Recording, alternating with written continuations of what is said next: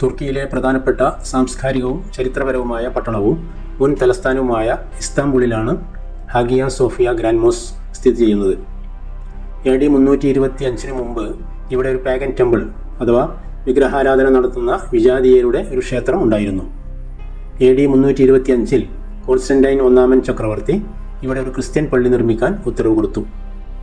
അദ്ദേഹത്തിൻ്റെ മകൻ കോൺസ്റ്റന്റാനിയസ് രണ്ടാമൻ AD 360 ഇത് നാടിന് സമർപ്പിക്കപ്പെട്ടു.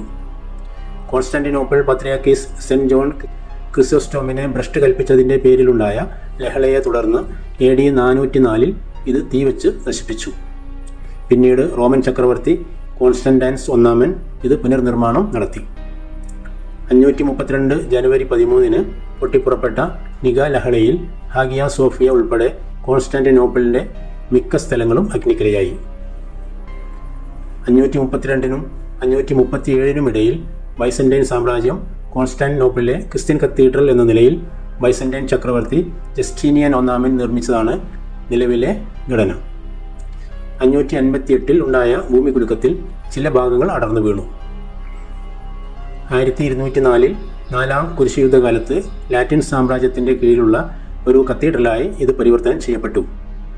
1261 ബൈസന്റൈൻ സാമ്രാജ്യത്തിൻ്റെ പുനരുദ്ധാരണത്തെ തുടർന്ന് ഈസ്റ്റേൺ ഓർത്തഡോക്സ് സഭയിലേക്ക് തിരികെ നൽകപ്പെട്ടു. 1520 സെവില്ലെ കത്തീഡ്രൽ പൂർത്തിയാകുന്നതുവരെ ഏകദേശം 1000 വർഷക്കാലം ലോകത്തിലെ ഏറ്റവും വലിയ കത്തീഡ്രലായി ഇത് തുടർന്നു.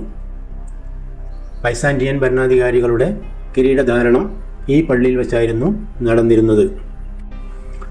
1453 ഒട്ടോമൻ സാമ്രാജ്യം ഭരിച്ചിരുന്ന സുൽത്താൻ മുഹമ്മദ് രണ്ടാമൻ കോൺസ്റ്റാന്റിനോപ്പിൾ പിടിച്ചടക്കിയതോടെ ഹാഗിയ സോഫിയ അദ്ദേഹത്തിൻ്റെ കീഴിലായി. മണികൾ, ബലിപീഠം, ഐക്കണോസ്റ്റാസിസ്, അംബോ, ബാപ്റ്റിസ്റ്ററി എന്നിവ നീക്കം ചെയ്യപ്പെട്ടു. മക്കക്കു നേരെ തിരിഞ്ഞിരിക്കുന്ന ഒരു മിഹ്റാബും ഒരു മിമ്പറും 4 മിനാരങ്ങളും ചേർത്ത് അദ്ദേഹം ഇതിനെ ഒരു മസ്ജിദാക്കി മാറ്റി. സുൽത്താൻ മുഹമ്മദ് അൽ ഫാത്തിഹ് കോൺസ്റ്റാന്റിനോപ്പിൾ കീഴടക്കിയപ്പോൾ ക്രിസ്ത്യാനികളിൽ നിന്നും വില കൊടുത്തു വാങ്ങി മസ്ജിദാക്കിയ വഖഫ് ചെയ്ത കെട്ടിടമാണ് ഇന്നത്തെ Hagia Sophia.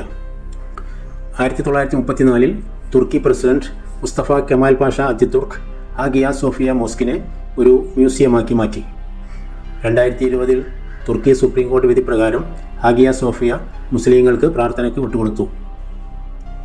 1955 Hagia Sophia മോസ്കിനെ UNESCO പൈതൃക ലിസ്റ്റിൽ ഉൾപ്പെടുത്തിയതുകൊണ്ട് ക്രിസ്തീയ ചിഹ്നങ്ങൾ അടങ്ങുന്ന മാർബിൾ ഫലകങ്ങളും മറ്റും നശിപ്പിക്കാതെ നിലനിർത്തുന്നുണ്ട്.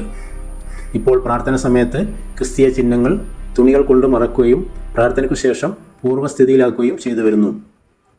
ലോകത്തിൻ്റെ നാനാഭാഗത്തു നിന്നും സന്ദർശകരെത്തുന്ന ചരിത്ര പ്രാധാന്യവും കരകൗശല വാസ്തുശില്പ ഭംഗിയുമുള്ള ഒന്നാണ് ഹാഗിയ സോഫിയ.